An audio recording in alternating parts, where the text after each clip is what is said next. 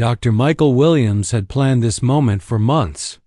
A respected Jamaican-American heart surgeon living in New York City, he had always promised himself that his twin sons, Elijah and Ethan, would understand that nothing in life was out of their reach, not even the plush leather seats of first class.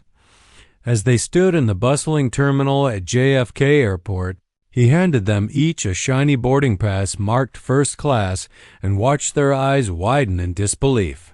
At 14, the boys were bright, curious, and already dreaming of colleges like Harvard and Stanford, but they had never traveled beyond coach.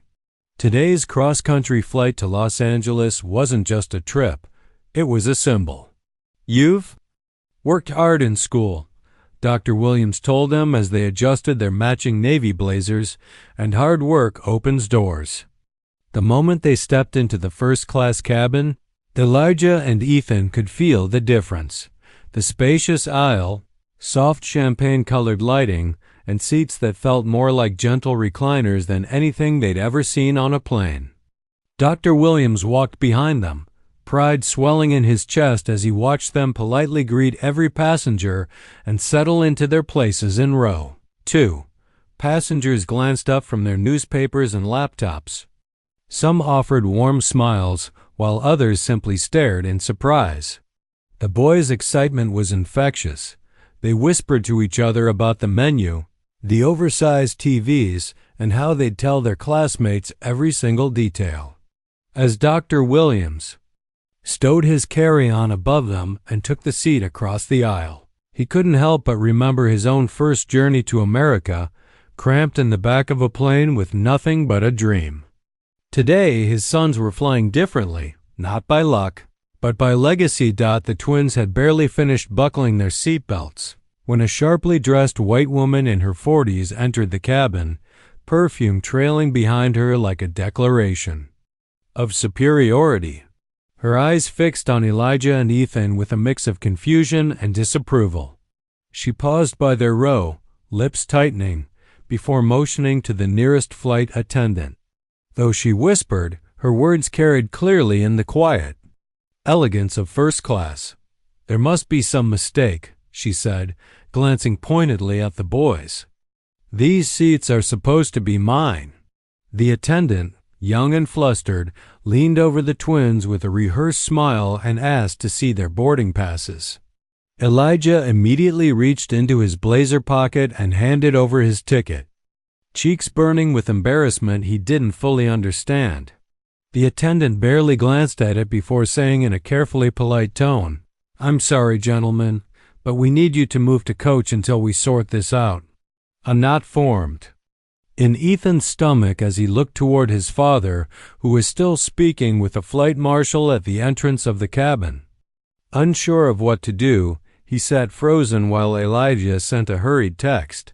"Dad, they're moving us." Passengers around them murmured, a mixture of discomfort, curiosity, and quiet agreement. One man across the aisle shifted in his seat without meeting their eyes, while another simply cleared his throat and continued reading his business magazine. Gathering their backpacks with shaky hands, the twins stood halfway when Dr. Williams stepped into the cabin. His eyes whipped from his trembling sons to the attendant's stiff smile, understanding more from body language than any words could say.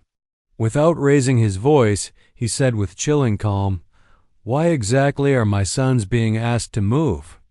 In that moment, even before anyone replied, the entire cabin seemed to hold its breath. Dr. Williams did not need an answer to know what was unfolding.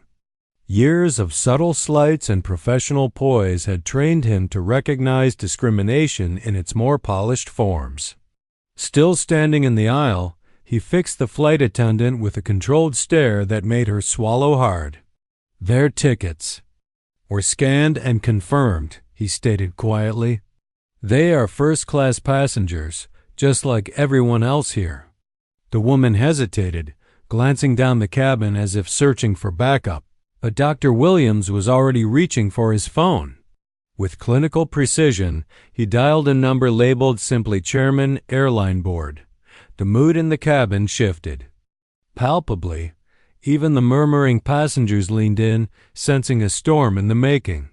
Dr. Williams turned slightly away from the boys so they would only hear confidence, not anger, in his voice as he calmly introduced himself over the call and explained the situation. Within minutes, an urgent message traveled from corporate headquarters to the cockpit. The captain, a tall man with silver streaks in his hair, stepped out of the cockpit wearing the kind of forced smile people offer when trouble lands directly on their doorstep. His eyes flicked between Dr. Williams and the trembling attendant, before landing on the white woman who had started the commotion, now pretending to scroll her phone. "Captain Reynolds," he said, extending a hand to Dr. Williams, though his voice wavered slightly. "We've been informed of a misunderstanding.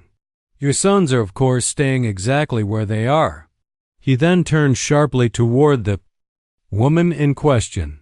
"Ma'am, your seat is in 17C.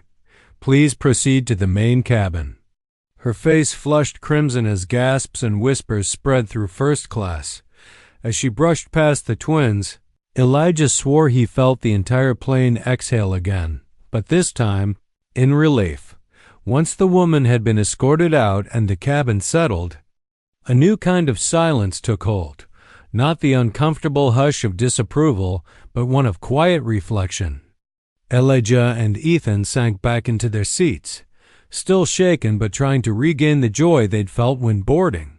Across the aisle, Dr. Williams closed his eyes briefly, composing himself after the storm he had just weathered on their behalf.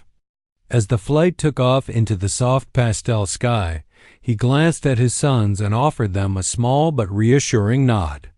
The twins slowly relaxed, whispering about the movies they would watch, the fancy meal service, and how they hoped this flight would still become the unforgettable experience their father wanted.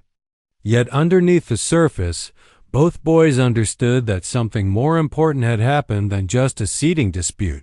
They had seen their father defend their dignity without raising his voice, and that image branded itself into their young minds. Throughout the flight, other passengers stole glances toward them, not out of suspicion anymore, but with a newfound respect. One older gentleman leaned forward to quietly say, "You boys handled yourselves like gentlemen before." Returning to his book, a woman across the aisle offered each twin a polite smile, as if silently apologizing for the earlier tension. By the time the plane began its descent into Los Angeles, the twins were sitting taller, no longer shrinking from attention. As they stepped onto California soil, the sun warm on their faces, Dr. Williams placed a hand on each of their shoulders. "Remember this," he said softly. "There will be moments when people question your place, and you will simply remind them you belong." Elijah and Ethan exchanged a look of quiet pride. Their journey across America had become a lesson in self-worth, one they would carry for the rest of their lives.